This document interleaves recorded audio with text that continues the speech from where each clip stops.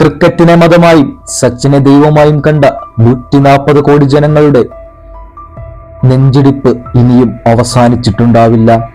തോൽവിയുറപ്പിച്ച് TV സ്ക്രീനുകൾ ഓഫാക്കി പോയവരാകും നമ്മളിൽ പലരും.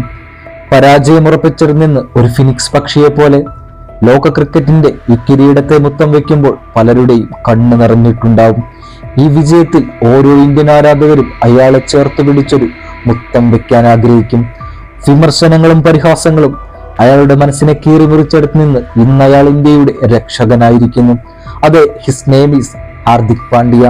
ഈ വിജയത്തിൽ ആർക്കൊക്കെ നന്ദി പറയണം.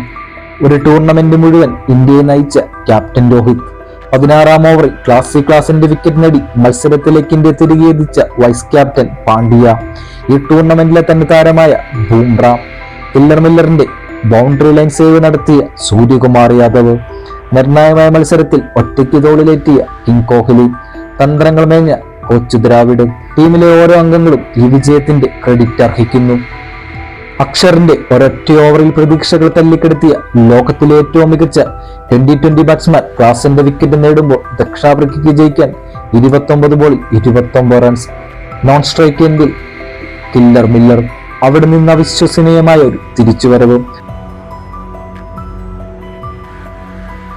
പാണ്ഡ്യ, അർഷദീപ്, ബൂംറ ത്രയത്തിന്റെ ഈ ടൂർണമെന്റിലെ ഏറ്റവും മികച്ച ഡെപ്ത് ഓവറുകൾ.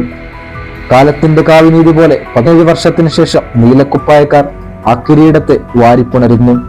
എന്നും വൈകാരികമായ നിമിഷങ്ങൾ.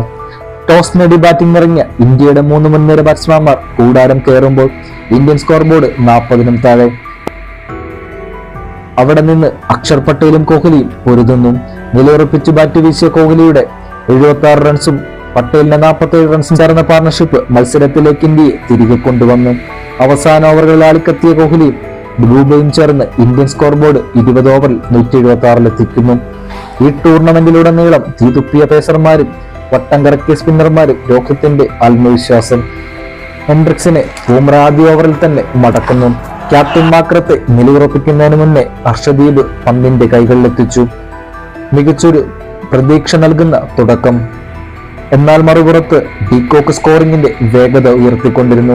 ഇന്ത്യൻ സ്പിന്നർമാരെ കടന്നാക്രമിച്ച ഡീകോക്കും ഗ്ലാസനും ചേർന്ന് ഒരു സമയം മത്സരം വിക്ടോറിയസിന്റെ കൈകളിലെത്തിച്ചെങ്കിലും സമ്മർദ്ദഘട്ടങ്ങളിൽ സൗത്ത് ആഫ്രിക്കയ്ക്ക് കാലിടറി. 13 വർഷത്തിന്റെ കാത്തിരിപ്പ് അവസാനിപ്പിച്ച് രോഹിത്തും സംഘവും അവസാന വിജയവും അവസാന മധുരവും നുണഞ്ഞ് ലോക കിരീടത്തിലേക്ക്.